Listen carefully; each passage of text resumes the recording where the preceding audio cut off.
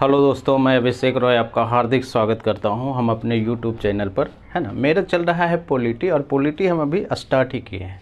हम पिछले क्लास में संविधान का निर्माण कैसे हुआ था हम उस पर बात कर लिए थे। जो भी मोटा मोटी चीज़ें था हम उस पर बात कर लिए थे, है ना। बाकी जो चीज़ें बच गया है उसी में वो हम जब भी हम मॉडर्न हिस्ट्री पढ़ेंगे तो मॉडर्न हिस्ट्री में एक होता है संवैधानिक विकास, है ना। तो हम उसकी बात करेंगे और डिटेल में बात करेंगे। क्लियर है कैसे कैसे चीज़ें चेंज हुआ है। क्लियर। अब हम बात आज जो करेंगे वो हम बात करेंगे प्रस्तावना का, प्रियम्बल का, है ना। जब आप संविधान खोलेंगे तो सबसे पहले जो है वो यही आता है, प्रस्तावना क्या चीज़ है ना।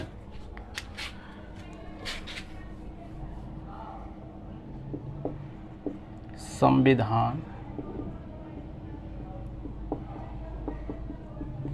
की प्रस्तावना, या इसी को हम बोलते हैं प्रियम्बल। प्रियम्बल, है ना।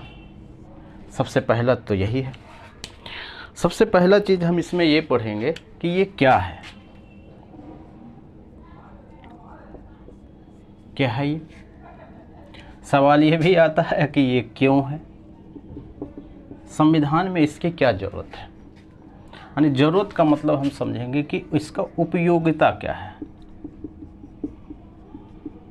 ना। क्योंकि संविधान में बहुत सारा चीज़ है, आप पढ़ेंगे तो फंडामेंटल राइट है, डीपीएसपी है ना, फंडामेंटल ड्यूटी है ना। तो इसकी क्या ज़रूरत है, प्रस्तावना से हमें क्या मिलता है। दूसरी सवाल ये आता है कि क्या ये संविधान का भाग है या नहीं है। दूसरा पॉइंट हम पढ़ेंगे कि क्या इसको लागू करवा सकते हैं या नहीं कर सकते। इसको हम बोलते हैं इन्फोर्समेंट, इन्फोर्सिबल, यानी इसको बोलते हैं परिवर्तनीय, है ना। और तीसरा हम इसमें लिख सकते हैं कि क्या इसको हम चेंज कर सकते हैं, मतलब संविधान में क्या हम प्रियम्बल को चेंज कर सकते हैं या नहीं, है ना। ये सवाल हम इसमें पढ़ेंगे, है ना। इसी में सारा सवाल आ जाता है कि ये क्या है, क्यों है ये, इसकी उपयोगिता क्या है, इसका इम्पोर्टेंस क्या है ना। हम इसको पढ़ क्यों रहे हैं। और अगला सवाल आता है कि क्या ये संविधान का भाग है या नहीं है। अगर संविधान का भाग है तो अगर इसका उल्लंघन होता है तो क्या हम कोर्ट जा सकते हैं या नहीं जा सकते हैं। और यदि ये संविधान का भाग है क्या हम इसमें चेंज कर सकते हैं या नहीं कर सकते। ये है, यही सवाल बनता है किसका, प्रस्तावना से। अब इससे जानने से पहले आपको एक चीज़ और समझना है कि हम कल ही पढ़े हैं, कल की क्लास में, कि जो 13 जनवरी को 1947 को क्या हुआ है कि जो नेहरू जी ने, है ना, एक उद्देश्य प्रस्ताव जो है वो क्या किया, संविधान सभा में लागू किया। और वो जो है 24 तारीख को वो क्या हुआ, वो पास भी किया गया। उसके बाद जो है बहुत सारा जो है कमेटी बनाई गई। ये सारी बात हम कर, वही जो उद्देश्य प्रस्ताव था उसी को आगे चलकर हम इसी को बोलते हैं संविधान का प्रस्तावना, है ना। तो ये कौन सा है, सेम वही आप समझ सकते हैं कि जो संविधान सभा ने पिछले क्लास में हम पढ़े थे कि उद्देश्य प्रस्ताव, और उस समय हम पता किए थे कि इसका जो है उद्देश्य क्या होना चाहिए, संविधान का उद्देश्य क्या होना चाहिए, है ना। इसी के लिए जो है ये प्रस्ताव लाया गया था नेहरू के द्वारा। क्लियर। तो लगभग सेम जो है वो वही मामला है जो हम यहाँ पे प्रियम्बल में पढ़ रहे हैं, प्रस्तावना में पढ़ रहे हैं। खैर, ये बात तो हम पिछले क्लास में कर लिए थे। अब सवाल उठता है कि ये क्या है, क्या है ये प्रस्तावना, क्या है। सबसे पहला सवाल तो ये है, आप कोई बुक वगैरह भी उठाएंगे तो उसमें शुरू में यही प्रस्तावना लिखा रहता है। उसमें क्या लिखा है कि आप उस बुक के अंदर क्या चीज़ें पढ़ने वाले हैं, ये चीज़ लिखा हुआ रहता है ना। आप बुक खोल के देख लीजिए। तो यही चीज़ है जब संविधान के सबसे आगे वाला भाग में, तो इसका मतलब है कि संविधान का ये परिचय देता है कि अगर इंडियन संविधान है, संविधान का परिचय, या ये बोले कि संविधान का ये है दर्शन कराता है कि किस टाइप का है संविधान का, ऑब्जेक्टिव क्या है, संकल्प क्या है। ऑब्जेक्टिव रेजोल्यूशन संविधान का परिचय करवाता है ना, कि आपको जो है उस संविधान में क्या क्या चीज़ें मिलेगा, ये चीज़ें मिलता है। सवाल ये उठता है कि ये क्यों है, क्यों का मतलब क्या होता है कि इसका इम्पोर्टेंस क्या है ना। ये दोनों पॉइंट हम साथ में लेके चलेंगे कि ये क्यों है।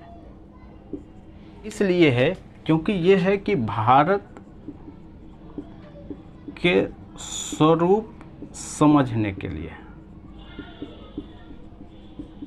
या भारतीय संविधान का स्वरूप क्या होना चाहिए, नेचर क्या होना चाहिए, इसको समझने के लिए क्या है कि इसको रखा गया है। अगर आपसे पूछा गया जाए कि भारतीय संविधान का स्वरूप क्या है ना, तो आप प्रस्तावना पढ़िए, हम भारत के लोग, भारत को एक संपूर्ण प्रभुत्व संपन्न, ये सारी बातें है ना। तो अगर हम कुछ मोटा मोटी बात करें, पहला सवाल तो यह है कि स्वरूप क्या होगा कि भारत एक संप्रभु राष्ट्र है।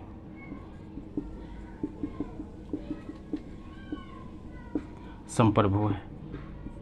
दूसरी बात है ना, संप्रभुता का मतलब हम आगे बात करेंगे भी, इस पर हम डिटेल बात करें। समाजवादी, धर्मनिरपेक्ष,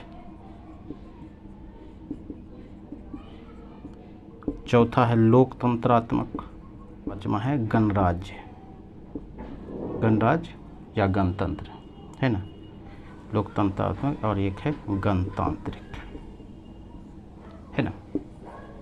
तो ये हम बात करेंगे कि ये है भारत का जो है वो है नेचर है, ये भारत का जो संविधान है उसका ये नेचर है ना, स्वरूप जो है वो यही है। अब इसका एक एक शब्द में हम इसको डिस्कस कर लेते हैं। अगर हम भारत के संप्रभु, यानी अगर भारत की संप्रभुता का क्या मतलब है कि भारत एक संप्रभु राष्ट्र है, इसका मतलब क्या है कि भारत स्वतंत्र है, भारत पर ना किसी का दबाव है, ना आंतरिक और बाह्य डिसीजन खुद ले सकता है कि भारत के लिए क्या अच्छा है क्या बुरा है ना, किसी पर कोई दबाव नहीं है।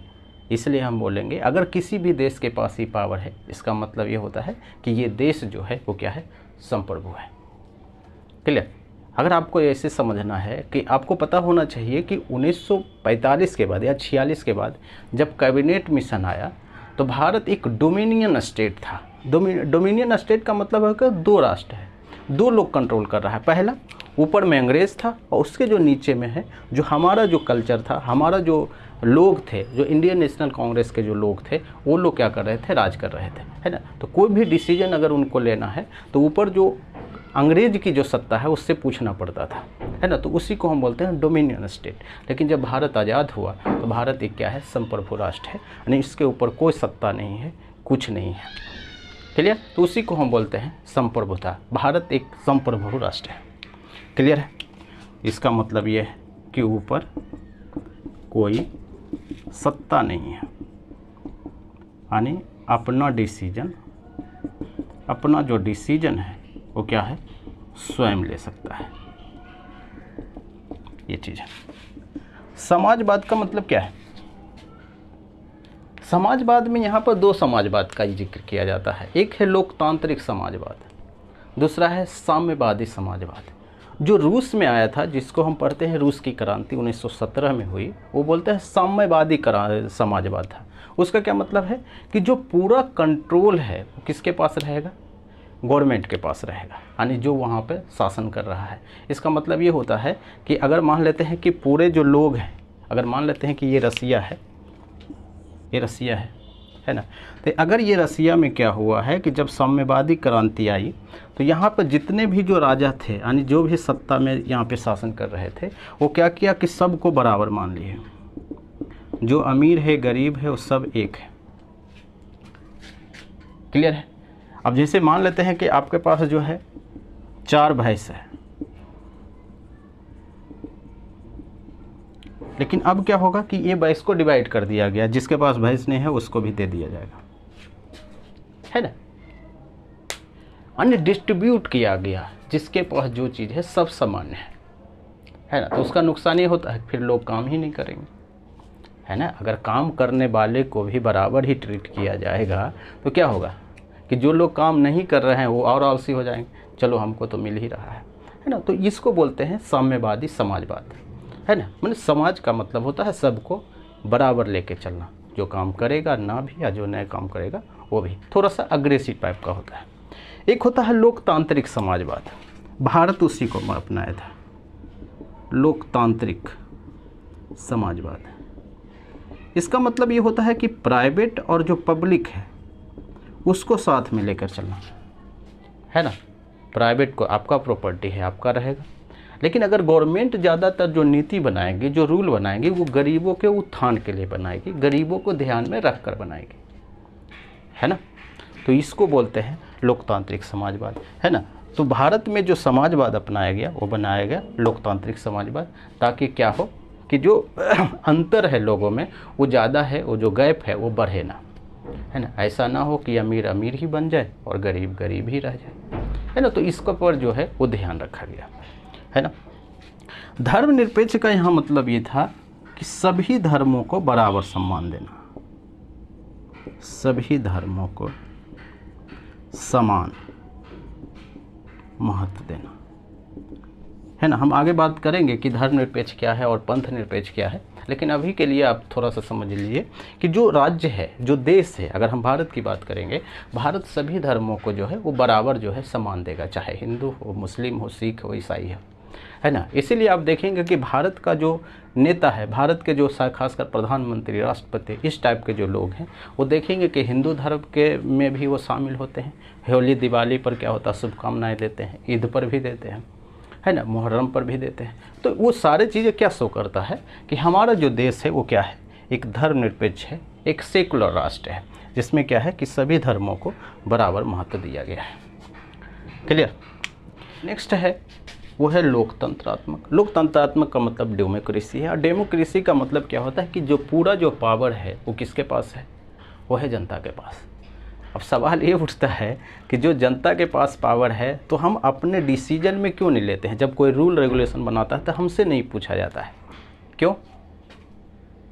क्योंकि हमारा जो देश है वो डायरेक्ट लोकतंत्र नहीं है, इनडायरेक्ट लोकतंत्र है, यानी अप्रत्यक्ष लोकतंत्र है। जैसे आप स्विट्जरलैंड चले जाइए तो डायरेक्ट क्या है, जनता से ही पूछा जाता है अगर कोई भी रूल रेगुलेशन बनाना है तो।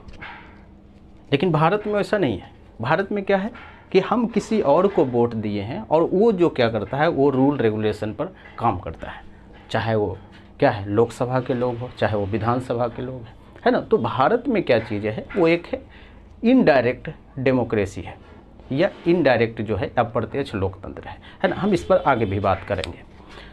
क्लियर। नेक्स्ट है गणतांत्रिक। गणतांत्रिक का मतलब है कि जो सबसे ऊपर पोस्ट है, अगर भारत में बात करें कि सबसे बड़ा पोस्ट कौन सा है, तो वो है राष्ट्रपति का। तो राष्ट्रपति के पोस्ट में क्या होगा कि जनरली जो अदर जगह होता है वो राजा होता है। जैसे अगर आप ब्रिटेन की बात करेंगे तो सबसे जो बड़ा पोस्ट है, सबसे ऊपर को जो पोस्ट है वो राजा का पोस्ट है ना। इधर जब राजा की डेथ हो गया था महारानी की, तो दूसरा बनाया गया, है ना। तो वहाँ चुनाव नहीं हुआ था, है ना, डायरेक्ट चुना गया, है ना, उसी के परिवार को चुन लिया जाता है। भारत में ऐसी बात नहीं है, राष्ट्रपति का चुनाव होता है ना। यानी बड़े से बड़े पोस्ट का क्या होगा, अगर चुनाव के द्वारा चुना जाता है, आप भी बन सकते हैं राष्ट्रपति, हम भी बन सकते हैं राष्ट्रपति, है ना, कोई भी बन सकता है। उसी देश को हम बोलते हैं गणतांत्रिक देश। क्लियर है। तो ये चीज़ें है, तो ये है भारत का स्वरूप है, ये है भारत का जो संविधान का वो नेचर है ना। तो एक इम्पोर्टेंस तो हमें प्रस्तावना से ये पता चल गया कि भारत एक संप्रभु राष्ट्र है, समाजवाद, धर्मनिरपेक्ष, लोकतंत्रात्मक और क्या है गणराज या गणतांत्रिक या गणराज है। क्लियर है। एक तो ये समझ में आया। दूसरी बात और समझ में आता है कि भारत का संविधान का उद्देश्य क्या है, टारगेट क्या है ना, क्या चाहता है भारत, है ना। तो वो हमें प्रस्तावना से ही पता चलता है। तो हम एक बात और लिखेंगे। क्लियर।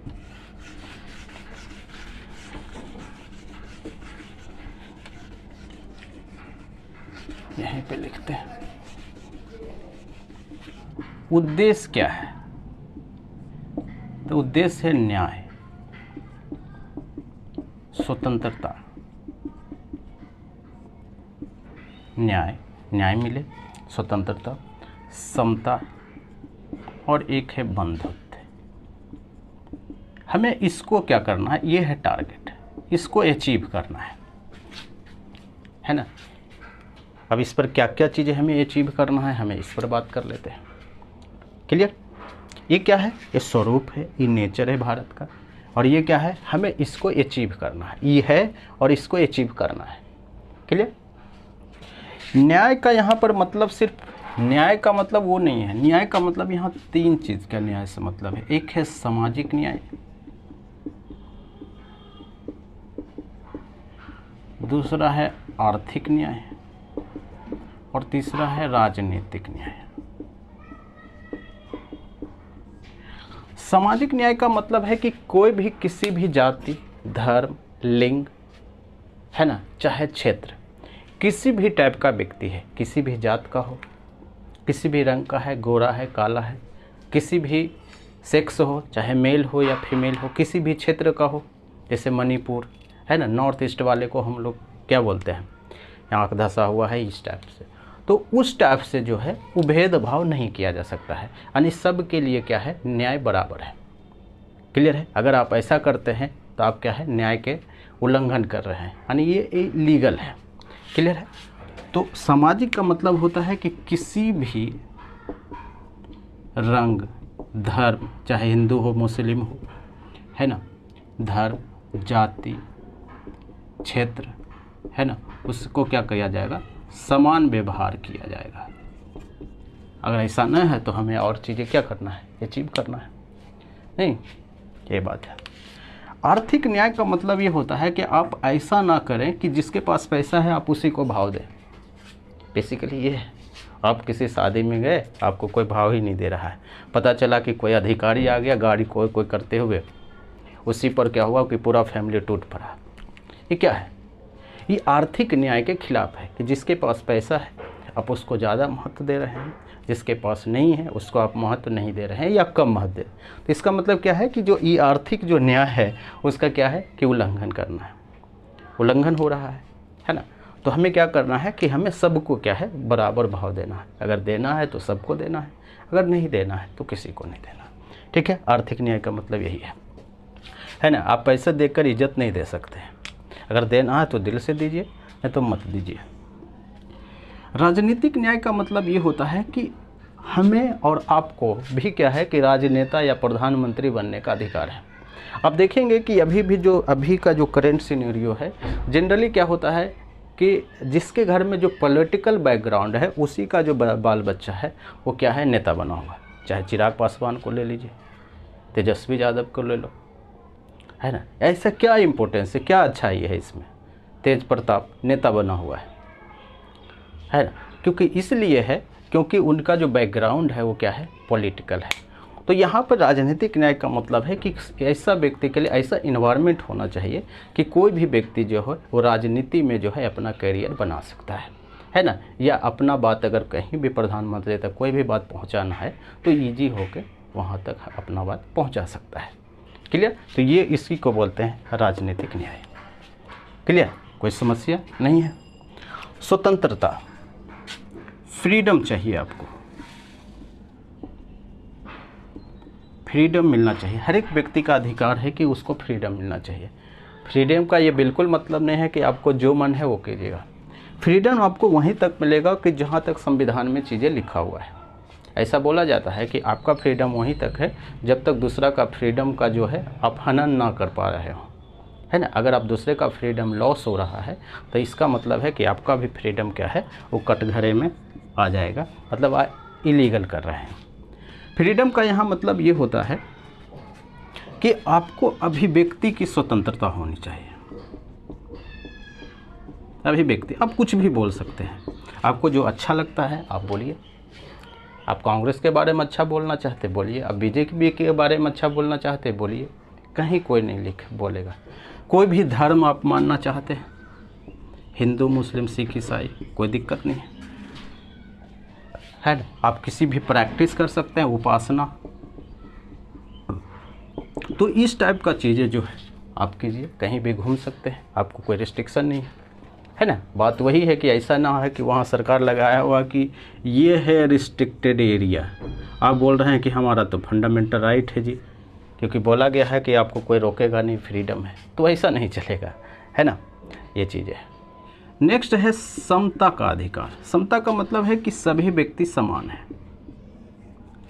वही है, ना किसी जाति लिंग भेद के साथ आपको क्या करेगा, अलग नहीं किया जा सकता है, मतलब आपको जो है वो भेदभाव नहीं किया जाएगा, है ना। उस पर आप आगे हम पढ़ेंगे भी कि उस पर आर्टिकल है, आर्टिकल 14, 15, 16, 17, 18, है ना। अनटचेबिलिटी क्या है, छुआछूत क्या है, कि छुआछूत वही तो है कि एक व्यक्ति को क्या है कि विशेषाधिकार दिया गया है ना, कि एक जो नीचे कास्ट के व्यक्ति है उसको क्या है कि एक छुआछूत की नज़र से देखा जाता है, तो वो सारा चीज़ पर जो है वो प्रतिबंध लगाया हुआ है ना, तो वो जो है वो समता जो है वो नहीं प्राप्त होगा। क्लियर है। समता का मतलब ये है कि सभी व्यक्ति समान है। सभी व्यक्ति समान का मतलब है कि आप वोटिंग करते हैं तो प्रधानमंत्री का भी वोटिंग का कीमत आपका भी है, और एक सामान्य व्यक्ति है उसका भी जो वोट का कीमत है वो सेम है। क्लियर है। तो ये भी बात है, बशर्ते आपका जो है 18 साल पूरा हुआ रहना चाहिए या वोटर लिस्ट में नाम होना चाहिए। तीसरा चीज़ है, एक और इसमें समानता आता है कि समान कार्य के लिए समान वेतन। इसका क्या मतलब है, अब देखेंगे गांव में क्या होता है कि जो खासकर दिहाड़ी मजदूर है तो महिला का उसी काम के लिए कम पैसे मिलता है, पुरुष को ज़्यादा मिलता है। अगर पुरुष को 300 मिल रहा है तो महिलाओं को 200 मिलता है। हालांकि ऐसा माना जाता है कि महिला ज़्यादा ही काम करती है ना। तो वहाँ क्या है कि वो जो समता है संविधान में उसका क्या है उल्लंघन हुआ है ना। तो ये भी बात है। बंधुत्व, बंधुत्व का मतलब यहाँ पर होता है भाईचारा। यानी भारत में जितने भी लोग हैं उनका ये हक बनता है या उनको ये जिम्मेदारी बनती है कि भाईचारे बना के रखे, चाहे किसी भी धर्म के हो, किसी भी जाति के हो, है ना, कहीं के भी है, किसी भी क्षेत्र को, किसी भी रंग के हो, है ना। तो उसमें क्या होना चाहिए, भाईचारा होना चाहिए, है ना। ऐसा ना हो कि आप ऐसा कुछ बोल दें जिससे क्या हो, या ये बोलो कि देश की जो एकता और अखंडता के लिए वो सही नहीं है ना। तो ये सारी बातें जो है वो हमारा प्रस्तावना में लिखा हुआ है। प्रस्तावना का इम्पोर्टेंस क्या है, एक तो हमें दो चीज़ समझना है कि एक तो स्वरूप क्या है भारत का, एक तो ये समझ में आता है, दूसरा क्या है कि उद्देश्य क्या है, टारगेट हमें क्या लाना है, हमें ये पता चलता है ना। तो हमें प्रस्तावना का उपयोगिता क्या है ये है। क्लियर। अब हम आगे बात कर लेते हैं।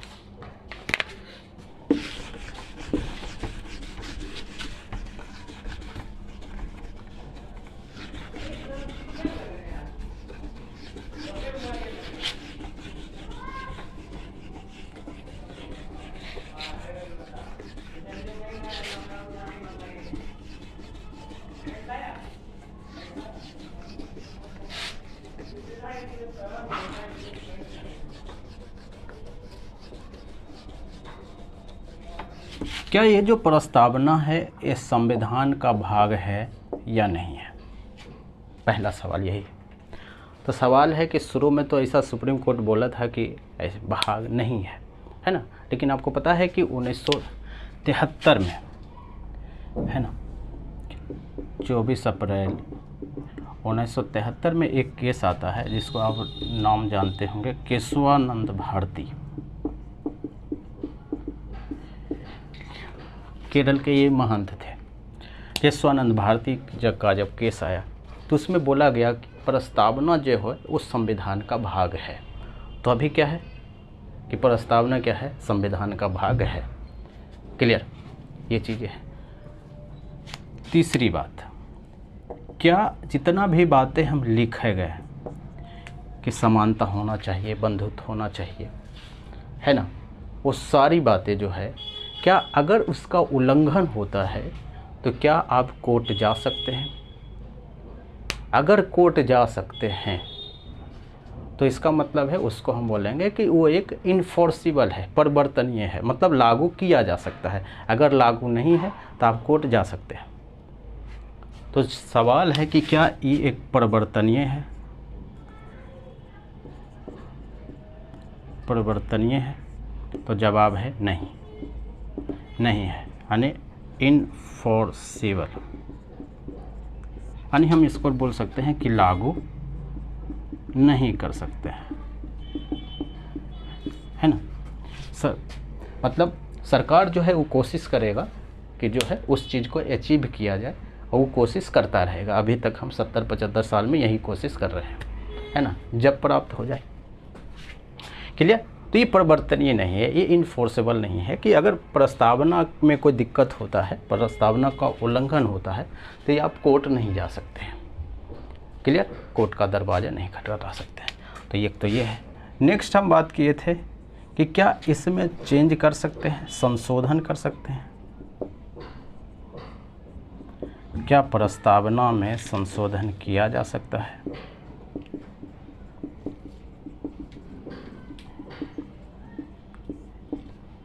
सुप्रीम कोर्ट यही है, केशवानंद भारती मामले बोले कि संविधान में आप कहीं भी संशोधन कर सकते हैं। और आपको पता है कि संशोधन का तरीका वही है, आर्टिकल 368। हम आगे बात करेंगे कि संशोधन कैसे होता है। कि ये जो आर्टिकल 368 368 के द्वारा जो है उस संविधान में कहीं भी संशोधन कर सकते हैं। इसका क्या मतलब है कि प्रस्तावना में भी संशोधन कर सकते हैं, है ना। तो ये चीज़ें हैं। तो यहाँ पर हम क्या लिखेंगे कि हाँ, किया जा सकता है, प्रस्तावना में संशोधन किया जा सकता है आर्टिकल 368 के द्वारा। क्लियर है। और एक बार हुआ भी है, जिसको हम बोलते हैं 42 में कॉन्स्टिट्यूशन अमेंडमेंट 1976 में, जिसमें प्रस्तावना में 3 शब्द जोड़ा गया था। कौन कौन? समाजवाद,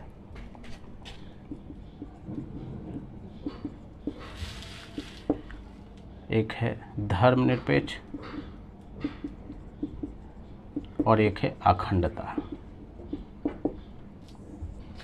ये जो है समाज में जो है, यही जो है उस संविधान को क्या किया है, वो जोड़ा गया है प्रस्तावना में। ये 3 शब्द जोड़ा गया है कब? 42 में कॉन्स्टिट्यूशन अमेंडमेंट 1976 को, है ना। ये सारी बात पर हम बात करेंगे। तो ये जैसे ही चेंज किया गया, तो इसी को हम बोलते हैं मिनी कॉन्स्टिट्यूशन, यानी इसी को हम बोलते हैं लघु संविधान, है ना। तो ये जितना भी बात हम ये सब बारे बात किए कि समाजवादी होना चाहिए, धर्मनिरपेक्ष होना चाहिए, संप्रभु होना चाहिए, वही अखंडता का मतलब है कि भारत टूटे ना, है ना। ये चीज़ें है। जैसे भारत क्या है? राज्यों का संघ है। हम आगे पढ़ेंगे भी है, भारत क्या है? ये राज्यों का संघ है।